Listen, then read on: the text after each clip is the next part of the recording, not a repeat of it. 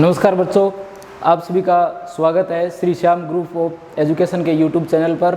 मैं विकास Sharma, physics faculty, आज आपको प्लस 2 की फिजिक्स शुरू करवा रहा हूं। तो चलिए अपने शुरू करते हैं। सबसे पहले अपने बात कर लेते हैं सिलेबस की, कि जो सिलेबस है वो किस प्रकार से आप लोगों का डिवाइड है। अगर अपने प्लस 2 के फिजिक्स के सिलेबस की बात करें तो आपके जो टोटल मार्क्स रहने वाले हैं वो 100 है। इसमें से 56 नंबर जो है वो आपके थ्योरी के है, 14 नंबर जो है सेशनल जो स्थिरांक है उसके है, और उसके अलावा अगर प्रैक्टिकल की बात की जाए तो 30 मार्क्स का आपका प्रैक्टिकल रहने वाला है। और टोटल मिलाकर के आपके जो मार्क्स बनते हैं वो 100 बनते हैं। तो आपका जो टोटल पेपर रहेगा वो 100 नंबर का रहेगा। इसमें से जो बुक्स में आप लोग पढ़ोगे वो 56 नंबर का है, और स्कूल की तरफ से जो मार्क्स भेजे जाते हैं वो 14 नंबर के हैं, और 30 नंबर के आपके प्रैक्टिकल के जो नंबर है वो जाएंगे। तो ये सब मिलकर के आपके 100 नंबर हो जाते हैं। सबसे पहले अपने इन 56 नंबर की बात कर लेते हैं कि ये 56 नंबर जो है वो किसी प्रकार से डिवाइड है। तो ये जो 56 नंबर है ये आपकी बुक्स की अगर बात करें तो आपकी बुक्स में 17 चैप्टर दिए हुए हैं। आपकी बुक्स में टोटल 17 चैप्टर दिए हुए हैं, और ये 56 नंबर इन 17 चैप्टर्स में डिवाइड है। अगर अपने इन चैप्टर की आगे बात करें तो 10 चैप्टर अपने फर्स्ट फिजिक्स में पढ़ते हैं, और बचे हुए 7 चैप्टर अपने सेकंड फिजिक्स में पढ़ते हैं, और कुल मिलाकर के अपने ये 17 चैप्टर हो जाते हैं। अगर अपने मार्क्स की बात करें तो जो फर्स्ट फिजिक्स के अंदर अपने पढ़ते हैं वो 1 से लेकर के 10 चैप्टर पढ़ते हैं। 1 से लेकर के 10 जो चैप्टर है वो आपकी फिजिक्स फर्स्ट में है, और 11 से लेकर के 17 तक जो चैप्टर हैं वो आपके फिजिक्स सेकंड में है। ठीक है, तो टोटल आपके चैप्टर देखिए 17 चैप्टर है और 56 नंबर के हैं। इनमें से 10 चैप्टर आपके फर्स्ट फिजिक्स में है, 7 चैप्टर आपके सेकंड फिजिक्स में है। 1 से लेकर के 10 चैप्टर इसमें आएंगे, और 11 से लेकर के 17 चैप्टर जो है वो इसमें आएंगे। यदि इनके मार्क्स की बात की जाए तो ये आपके 1 से 10 चैप्टर जो है वो 27 के रहने वाले हैं, और इनकी अगर अपने बात करें तो 29 के रहने वाली है। ये 10 चैप्टर 27 के हैं, और ये 7 चैप्टर 29 नंबर के आपके रहने वाले हैं, और कुल मिलाकर के ये कितने हो जाते हैं? कुल मिलाकर के ये 56 हो जाते हैं। तो मैं आप लोगों के साथ में जुड़ा रहने वाला हूँ ये जो शुरुआत के 10 चैप्टर है इनके साथ में। तो ये शुरुआत के 1 से लेकर के 10 चैप्टर जो है वो मैं आपको पढ़ाने वाला हूँ। तो अपने बात करें इन शुरुआत के चैप्टर की कि ये किस प्रकार से डिवाइड है, तो आपके जो 10 चैप्टर है ये शुरुआत के फर्स्ट, सेकंड और फोर्थ, ये जो चैप्टर आपके शुरुआत के जो 4 हैं ये 4 चैप्टर एक साथ में आपको पढ़ने पड़ेंगे यूनिट फर्स्ट में, और इनके जो मार्क्स बनते हैं वो 7 बनते हैं। ठीक है, 7 नंबर के शुरुआत के जो 4 चैप्टर है ये आते हैं। अगर इन चैप्टर की बात की जाए, ये अपने स्थिर विद्युत की जो फिजिक्स की ब्रांच है, स्थिर विद्युत की, इस ब्रांच के अंदर अपने इन 4 चैप्टर को पढ़ने वाले हैं। ये 4 चैप्टर एक साथ 7 नंबर के रहने वाले हैं। अगर अपने फर्स्ट चैप्टर की बात करें तो ये विद्युत क्षेत्र के बारे में, ये गाउस के नियम के बारे में, ये विभव के बारे में, और ये विद्युत धारिता के बारे में। तो इस प्रकार से आपके शुरुआत के जो 4 चैप्टर है वो 7 नंबर के रहने वाले हैं। इसके बाद में अगर अपनी बात करें 5वें और 6ठे चैप्टर की, तो ये दोनों जो चैप्टर है ये एक साथ में आपके हैं, और इनके यदि अपने मार्क्स की बात करें ये 5 मार्क्स के। ठीक है, ये जो दोनों चैप्टर एक साथ में हैं ये धारा विद्युत के बारे में है। ठीक है, धारा विद्युत की के ये आपके 2 चैप्टर हैं। और यदि अपने इसके आगे बात करें तो 7 नंबर चैप्टर जो आपका विद्युत धारा के चुंबकीय प्रभाव के नाम से है, ये अकेला चैप्टर जो है वो 5 नंबर का है। ठीक है, इसके बाद में यदि 8 नंबर चैप्टर की अपनी बात करें तो ये अकेला जो चैप्टर है ये अकेला चैप्टर 3 नंबर का है। इसके अंदर अपने चुंबक के बारे में पढ़ते हैं, और इसके बाद में जो अपने चैप्टर बचता है 9 और 10, ये दोनों चैप्टर एक साथ आपके बचे हुए 7 मार्क्स के बनते हैं। तो इस प्रकार यदि अपनी बात करें तो ये देखिए ये 7 एक साथ में है, और ये 5, ये 5, ये 3, ये 7, ये दोनों मिलकर के 10 के, फिर ये दोनों 20 और ये 7। तो टोटल मिलाकर के आपके ये नंबर जो है ये हो जाते हैं 27। तो आपका जो फर्स्ट फिजिक्स का पार्ट रहने वाला है ये टोटल 27 नंबर का रहने वाले। एक मैं आपको बता देना चाहता हूँ यहाँ पर साथ में कि अपने ये जो चैप्टर है 17 चैप्टर, इन 17 चैप्टर को 2 पार्ट में बांटा है, फर्स्ट और सेकंड के नाम से। पर ऐसा कोई पार्ट होता नहीं है, दोनों चैप्टर जो है ये दोनों बुक्स जो है एक साथ पढ़ी जाती है, ठीक है। इनका फाइनल में जाकर के जो आपका एग्ज़ाम होगा वो एक ही होगा, एक ही बुक के अंदर ये दिए हुए हैं। बस अपने पढ़ते टाइम क्या करते हैं कि 10 को एक साथ पढ़ते हैं फर्स्ट के, और सेकंड को अपने एक साथ पढ़ते हैं, ठीक है। ये 7 एक साथ पढ़ते हैं और ये 10 अपने एक साथ पढ़ते हैं। बाकी दोनों मिलाकर के ये 17 चैप्टर है और एग्जाम में ये टोटल आपके 17 जो है वो रहने वाले हैं। इनकी थोड़ी और बात कर लेते हैं अपनी। जैसे ये तो मैंने आपको बता ही दिया है, स्थिर विद्युत्की के बारे में है, ये धारा के बारे में है। ये जो चैप्टर है विद्युत धारा के चुंबकीय प्रभाव के बारे में है। और 8वां जो चैप्टर है ये चुंबक के बारे में है, ये विद्युत फ्लक्स के बारे में है, और ये प्रत्यावर्ती धारा के बारे में दिया हुआ है। तो ये आपके प्रत्यावर्ती धारा का आ जाता है, ये विद्युत फ्लक्स का आ जाता है, ये चुंबक के बारे में आ जाता है, और ये विद्युत धारा के चुंबकीय प्रभाव के बारे में आ जाता है। ये धारा विद्युत्की के चैप्टर है, 2 चैप्टर जो है, और ये आपके शुरुआत के 4 चैप्टर है, ठीक है। अपने और डिटेल में बात करते हैं इनकी।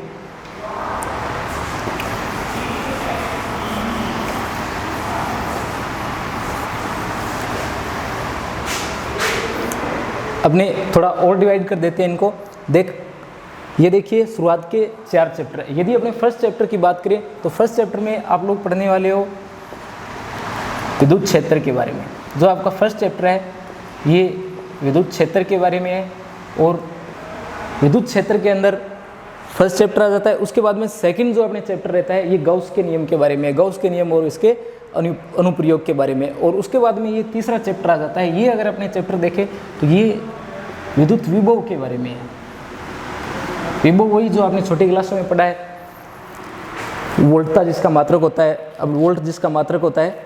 और यदि अपने इस चैप्टर की बात करें 4 नंबर चैप्टर की, तो ये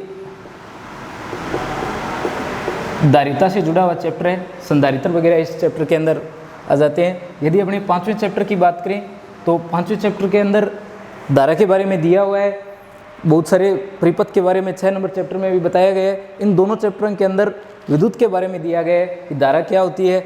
अगर छठे चैप्टर की स्पेशल अपनी बात करें तो ज़्यादातर इसमें प्रैक्टिकल के बारे में दिया हुआ है, जैसे मीटर सेतु, स्टोन सेतु, ये सारे प्रैक्टिकल जो है वो चैप्टर नंबर 6 में आ जाते हैं। इसमें सेल वगैरह के बारे में दिया हुआ है चैप्टर नंबर 5 में। यदि 7 नंबर चैप्टर की बात करें तो इसके अंदर बताया गया है कि जब अपने किसी तार में विद्युत धारा प्रवाहित करते हैं तो उसके चारों ओर चुंबकीय क्षेत्र उत्पन्न हो जाता है। उस चुंबकीय क्षेत्र के बारे में और उसके अनुप्रयोग के बारे में चैप्टर नंबर 7 में बताया गया है। चैप्टर नंबर 8 की अगर अपने बात करें तो 8 के अंदर चुंबक के बारे में बताया गया है कि चुंबक क्या होती है, किस प्रकार से चुंबकीय क्षेत्र प्रदर्शित किया जाता है, और ये फ्लक्स के बारे में आ जाता है, और ये प्रत्यावर्ती धारा जो होती है उसके बारे में आ जाता है। तो ये कुल मिलाकर के आपके शुरुआत के 10 चैप्टर जो है वो उनका सिलेबस रहता है। अपने शुरुआत कर लेते हैं विद्युत क्षेत्र की चैप्टर नंबर 1 की।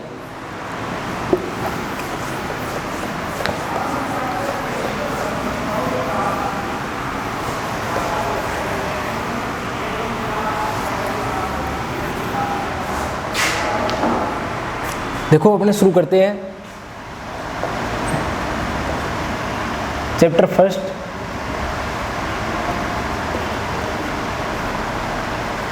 विद्युत क्षेत्र।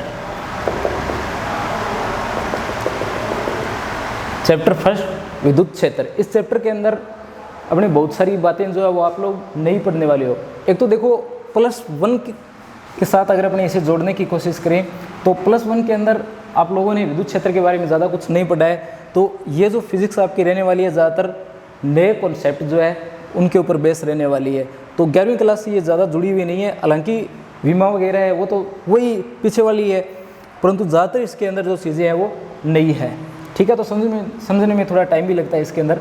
तो अपने अगर आगे बात करें विद्युत क्षेत्र के बारे में तो सबसे पहले आपको याद होगा, थोड़ी अलग बात करें अगर अपनी, तो धारा के बारे में आपको पता होगा कि धारा अपने किसे कहते हैं। आपको पता है कि आवेश प्रवाह की दर को अपने क्या बोलते हैं, धारा बोलते हैं। धारा I आपने छोटी क्लासों में लिखा है Q/T। क्या लिखा है? I = Q/T। ये देखो, ये आप लोगों ने धारा के बारे में लिखा था कि आवेश प्रवाह की दर को धारा कहते हैं। यहाँ ये जो Q लिखा हुआ है ये क्या है? आवेश है। तो आपकी जो +2 की फिजिक्स जो है, +2 की फिजिक्स फर्स्ट जो है वो इसी आवेश के साथ शुरू होती है। समझ में आई ये बात आपके?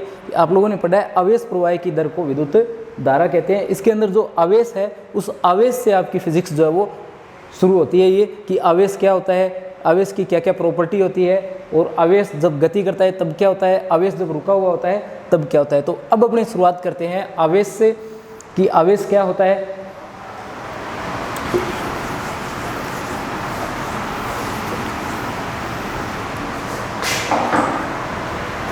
एक तो ये देखो कि अपने इसे पढ़ते हैं किसके अंदर है, अपने इसे पढ़ते हैं स्थिर विद्युत्की के अंदर।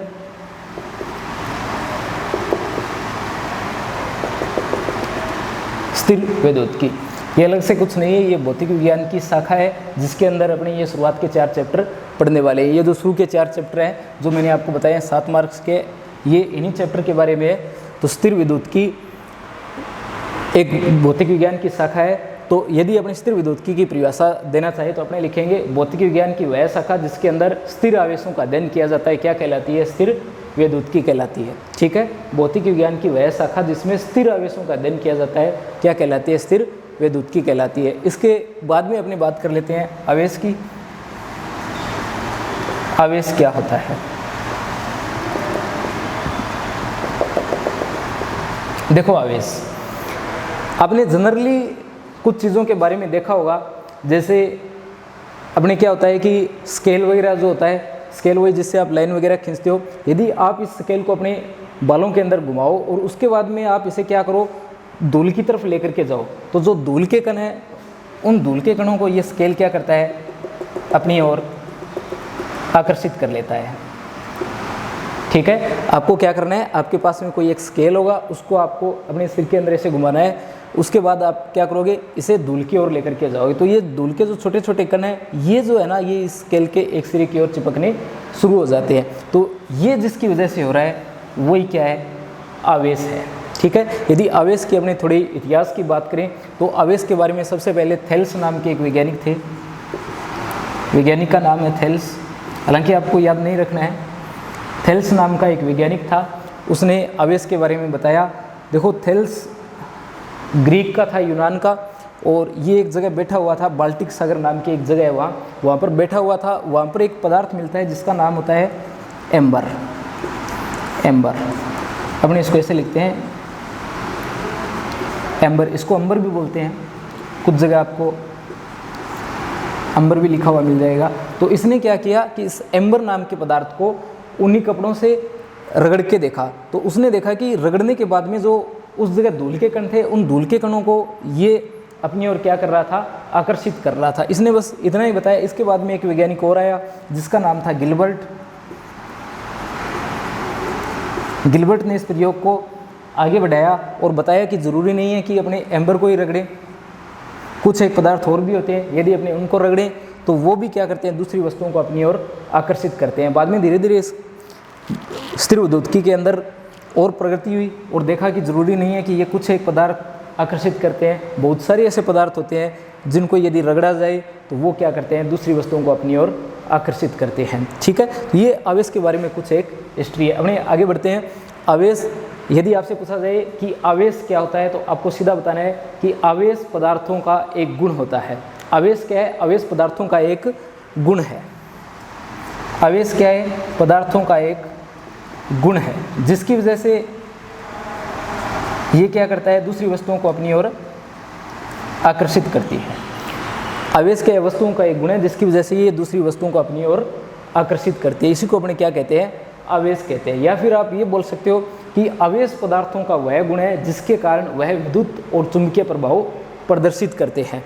आप लोग बोल सकते हो कि आवेश क्या है, वस्तुओं का एक गुण है जिसकी वजह से ये विद्युत और चुंबकीय प्रभाव प्रदर्शित करते हैं। तो आवेश के बारे में आपको क्या बताना है कि आवेश वस्तुओं का एक गुण है जिसकी वजह से दूसरी वस्तुओं को अपनी ओर आकर्षित करता है। या आप बोल सकते हो आवेश वस्तुओं का एक गुण है जिसकी वजह से ये विद्युत और चुंबकीय प्रभाव प्रदर्शित करते हैं। यदि एग्जाम्पल देना चाहो आप लोग ये दे सकते हो कि ये जो एम्बर नाम का पदार्थ है, इसे यदि कपड़े से रगड़ा जाए तो इसमें क्या है, दूसरी वस्तुओं को अपनी ओर आकर्षित करने का गुण आ जाता है। इसके अलावा आप ये भी एग्जांपल दे सकते हो कि यदि आप लोग क्या करो, स्केल को रगड़ करके अपने बाल वगैरह से और धूल की तरफ लेकर के जाओ, तो ये छोटे छोटे कण जो है उनको क्या करेगा, अपनी ओर आकर्षित करेगा। इसके अलावा यदि आप लोग कंघे को लेकर के भी बालों में घुमाओ और उसको भी आप अगर क्या करो, धूल की ओर लेकर के जाओ, तो वो भी क्या करते हैं, अपनी ओर धूल के कणों को आकर्षित कर लेता है। तो ये सारी जो घटनाएं हैं ये आवेश की है। इसके अलावा बहुत सारे एग्जाम्पल है आवेश के। अपने आगे बढ़ते हैं। आवेश का यदि अपने वर्गीकरण करें,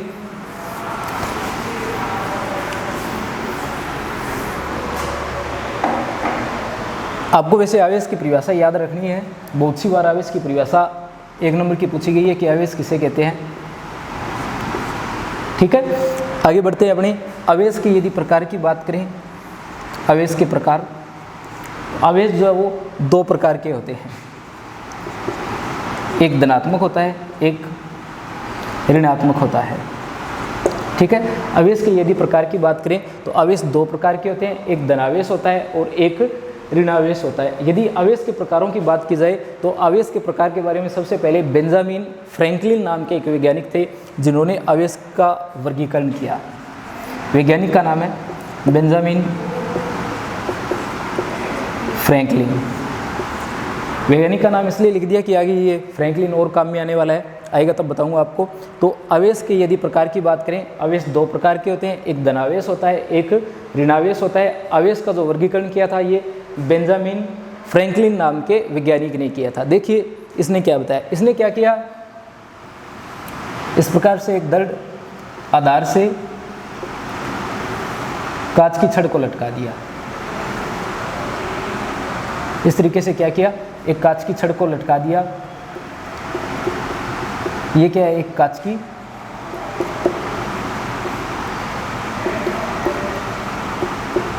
छड़ है। ठीक है, और इसके पास में इसने क्या किया, एक दूसरी कांच की छड़ को लेकर के आया। देखो एक कांच की छड़ थी, इसे इसने क्या किया, एक रेशम के कपड़े से रगड़ा। रेशम के कपड़े से रगड़ा तो इस पर आवेश आया। बिल्कुल इसके जैसी एक छड़ और लेके आया जिसको भी किससे रगड़ा गया था, रेशम के कपड़े से रगड़ा गया था। और दोनों छड़ों को क्या किया, इसने एक दूसरे के पास लेकर के आया। जैसे ये पास लेकर के आया, इसने देखा कि ये दोनों छड़ एक दूसरे को प्रतिकर्षित कर रही है, यानी दोनों छड़ें जो है वो क्या कर रही है, प्रतिकर्षण दर्शा रही है। एक छड़ दूसरी छड़ को क्या कर रही है, प्रतिकर्षित कर रही है। इसी प्रकार इसने एक प्रयोग और किया।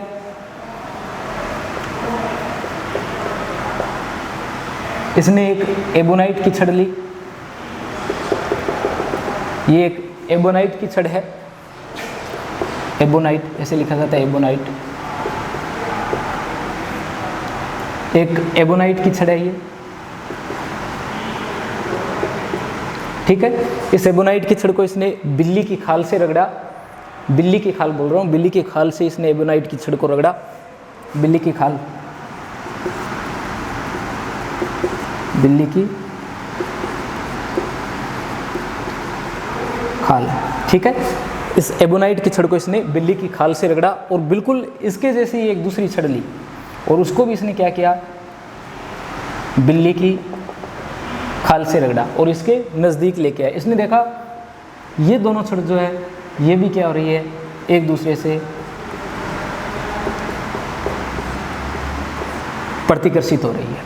ठीक है, तो देखो इसने क्या देखा, एक कांच की छड़ दूसरी कांच की छड़ से रगड़ी, दोनों क्या कर रही है, एक दूसरे को प्रतिकर्षित कर रही है। एबोनाइट की छड़ है, ये भी एक एबोनाइट की छड़ है, दोनों को रगड़ा, इन दोनों के मध्य भी क्या हो रहा है, प्रतिकर्षण हो रहा है।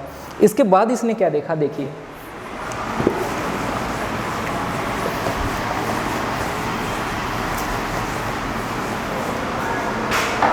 इसके बाद इसने एक कांच की छड़ ली और दूसरी तरफ इसने क्या किया, एबोनाइट की छड़ को लिया। ये एक दृढ़ आधार है, ये एक कांच की छड़ है, ये क्या है, एक कांच की छड़ है। और इसके नज़दीक जो है इसने क्या किया, एक एबोनाइट की छड़ को लेकर के आया। इसने देखा कि ये दोनों छड़ एक दूसरे की ओर क्या कर रही है, आकर्षण दर्शा रही है। ठीक है, ये कांच की छड़, ये एबोनाइट की छड़, दोनों को एक दूसरे की ओर लेके आया तो इसने देखा कि ये दोनों छड़ जो है एक दूसरे को क्या कर रही है, आकर्षित कर रही है, यानी इनके मध्य क्या हो रहा है, आकर्षण हो रहा है। तो इस प्रकार बेंजामिन फ्रैंकलिन ने बताया कि आवेश दो प्रकार के होते हैं, एक धनावेश होता है, एक ऋणावेश होता है। ध्यान रखना, जीरो आवेश नहीं होता है, या तो धनावेश होगा या ऋणावेश होगा। तो आवेश दो प्रकार के, और ये इसने प्रयोग किया और प्रयोग करके बताया कि आवेश दो प्रकार के होते हैं। इसके अलावा उसने क्या बताया, इसके अलावा उसने बताया कि जो समान प्रकृति के आवेश है, जो समान प्रकृति के आवेश है, उनके मध्य क्या होता है, प्रतिकर्षण होता है। जो समान प्रकृति के आवेश है, जैसे ये पॉजिटिव पॉजिटिव को क्या कर रहा है, प्रतिकर्षित कर रहा है, ये समान प्रकृति का है, नेगेटिव नेगेटिव एक दूसरे को क्या कर रहा है, प्रतिकर्षित कर रहा है। तो जो समान प्रकृति के आवेश है, इनके मध्य क्या होता है, प्रतिकर्षण होता है। और जो विपरीत प्रकृति के आवेश है, जो विपरीत प्रकृति के आवेश है, विपरीत लिख देता हूँ, विपरीत प्रकृति के आवेश है, इनके मध्य क्या होता है, इनके मध्य आकर्षण होता है।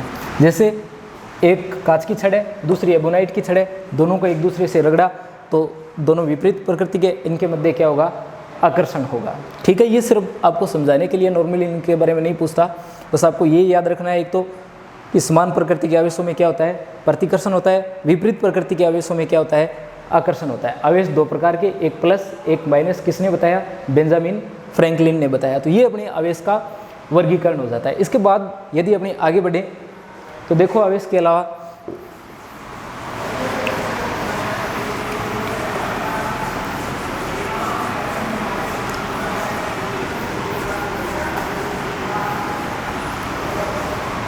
इसके अंदर एक छोटा सा टॉपिक आता है, वो आता है विद्युत चालकता का इलेक्ट्रॉन सिद्धांत। विद्युत चालकता का इलेक्ट्रॉन सिद्धांत। देखिए ये क्या बताता है, आप सभी जानते हो कि ये अपने पास में क्या है, कोई एक परमाणु है, ये क्या है, कोई एक परमाणु है, और ये परमाणु का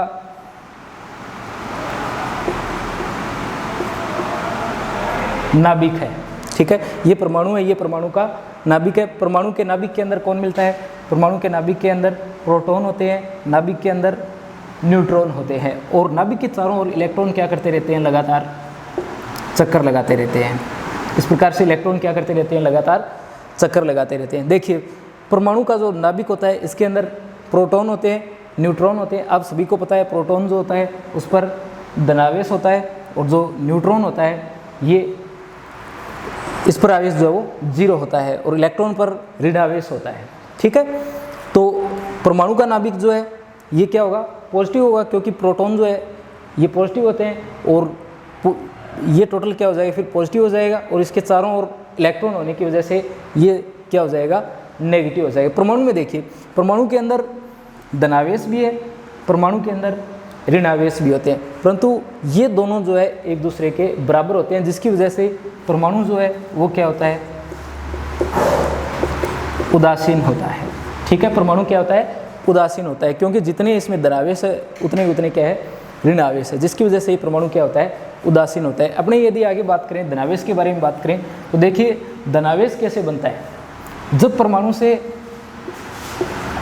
इलेक्ट्रॉन को निकाला जाता है, जब परमाणु से क्या होता है, इलेक्ट्रॉन को निकाला जाता है, तो पीछे जो बचता है वो क्या बचता है, एक धनावेशी गोला बचता है। ठीक है, जिसकी वजह से परमाणु पर किस तरीके का आवेश आता है, धनावेश आता है। इसी प्रकार यदि परमाणु को इलेक्ट्रॉन दे दिया जाए तो इस पर क्या आता है, ऋणावेश आ जाता है।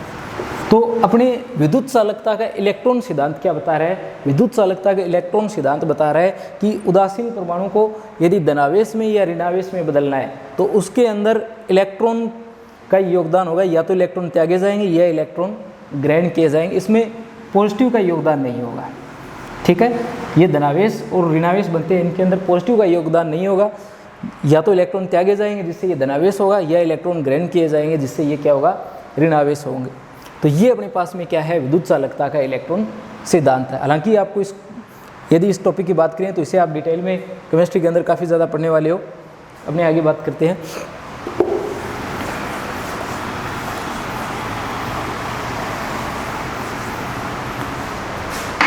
देखो आवेशन की विधियां बता देता हूं आपको।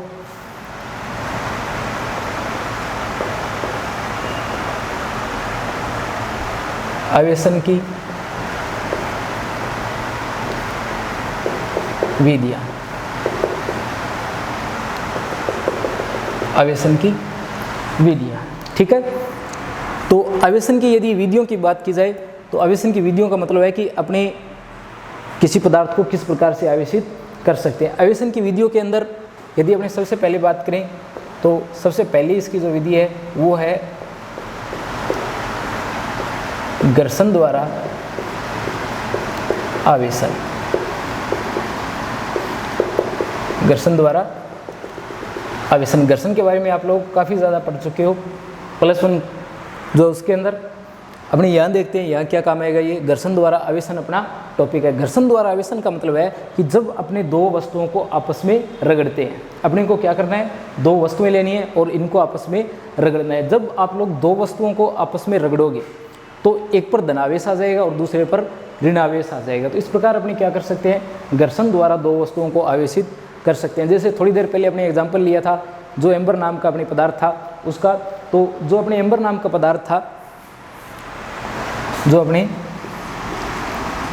एम्बर नाम का पदार्थ था, इसे अपने क्या कर रहे थे, दूसरे पदार्थ से रगड़ रहे थे। अभी एक टेबल बनाऊंगा उसके अंदर बताऊंगा आपको किसको किसके साथ में रगड़ा जाता है। तो एम्बर नाम के पदार्थ को यदि अपने दूसरे पदार्थों से रगड़े तो ये जो आवेश, ये जो पदार्थ है इस पर भी आवेश आएगा और जिस भी पदार्थ से आप इसे रगड़ने वाले हो उस पर भी क्या आएगा, आवेश आएगा। तो इस प्रकार आप क्या कर सकते हो, घर्षण के द्वारा वस्तुओं को आवेशित कर सकते हो। आपके बुक में एक टेबल बनी हुई है जिसके अंदर बताया गया है कि किस वस्तु को आप किसके साथ में रगड़ोगे तो प्लस किस पर आएगा और माइनस किस पर आएगा। तो पहले आपको ये बता देता हूँ। देखिए इस तरफ प्लस वाले हैं और इस तरफ माइनस वाले हैं। सबसे पहले जो दिया गया है वो दिया गया है कांच की छड़का। कि आपके पास में क्या है, एक कांच की छड़ है, ठीक है। यदि आप लोग इस कांच की छड़ को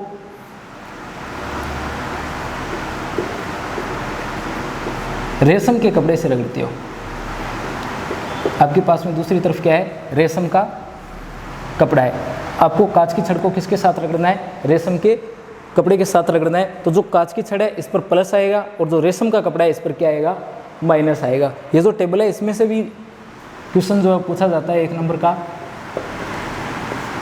आपसे क्वेश्चन पूछ लिया जाएगा कि जब कांच की छड़ को रेशम के कपड़े से रगड़ा जाता है तो प्लस किस पर आएगा और माइनस किस पर आएगा। तो कांच की छड़ पर प्लस आएगा और रेशम के कपड़े पर माइनस आएगा। आगे बढ़ते हैं। दूसरा, बिल्ली की खाल, ठीक है। बिल्ली की खाल को रगड़ना है। बिल्ली की खाल को आप किससे रगड़ सकते हो, एबोनाइट की छड़ से रगड़ सकते हो या प्लास्टिक से रगड़ सकते हो, ठीक है। तो आपको ध्यान क्या रखना है कि जब बिल्ली की खाल को एबोनाइट से रगड़ा जाता है या प्लास्टिक की छड़ से रगड़ा जाता है तो बिल्ली की खाल पर धनावेश आता है और जो एबोनाइट है इस पर माइनस आता है और प्लास्टिक पर भी क्या आता है, माइनस आता है। आगे देखो, ऊनी कपड़े ले। यदि ऊनी कपड़े को अपने रगड़े, जैसे किससे रगड़े, एम्बर की बात कर लेते हैं। ये जो एम्बर नाम का पदार्थ है इसकी बात कर रहे हैं कि इस एम्बर नाम के पदार्थ को अपने किससे रगड़े, ऊनी कपड़े से रगड़े। इसके अलावा इसके अंदर प्लास्टिक आ जाता है, प्लास्टिक।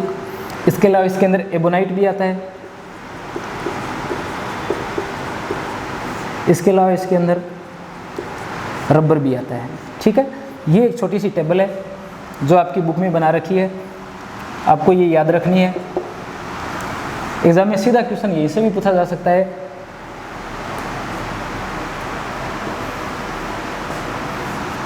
देखिए ये जो साइड है इस तरफ पॉजिटिव आएगा, इस साइड नेगेटिव आएगा। फिर से देख लीजिए, जैसे बिल्ली की खाल है, ठीक है। बिल्ली की खाल को आप किससे रगड़ो, एबोनाइट की छड़ से रगड़ो तो बिल्ली की खाल पर क्या आएगा, पॉजिटिव आएगा। ठीक है। और एबोनाइट की छड़ पर नेगेटिव चार्ज आएगा। प्लास्टिक पर क्या आएगा,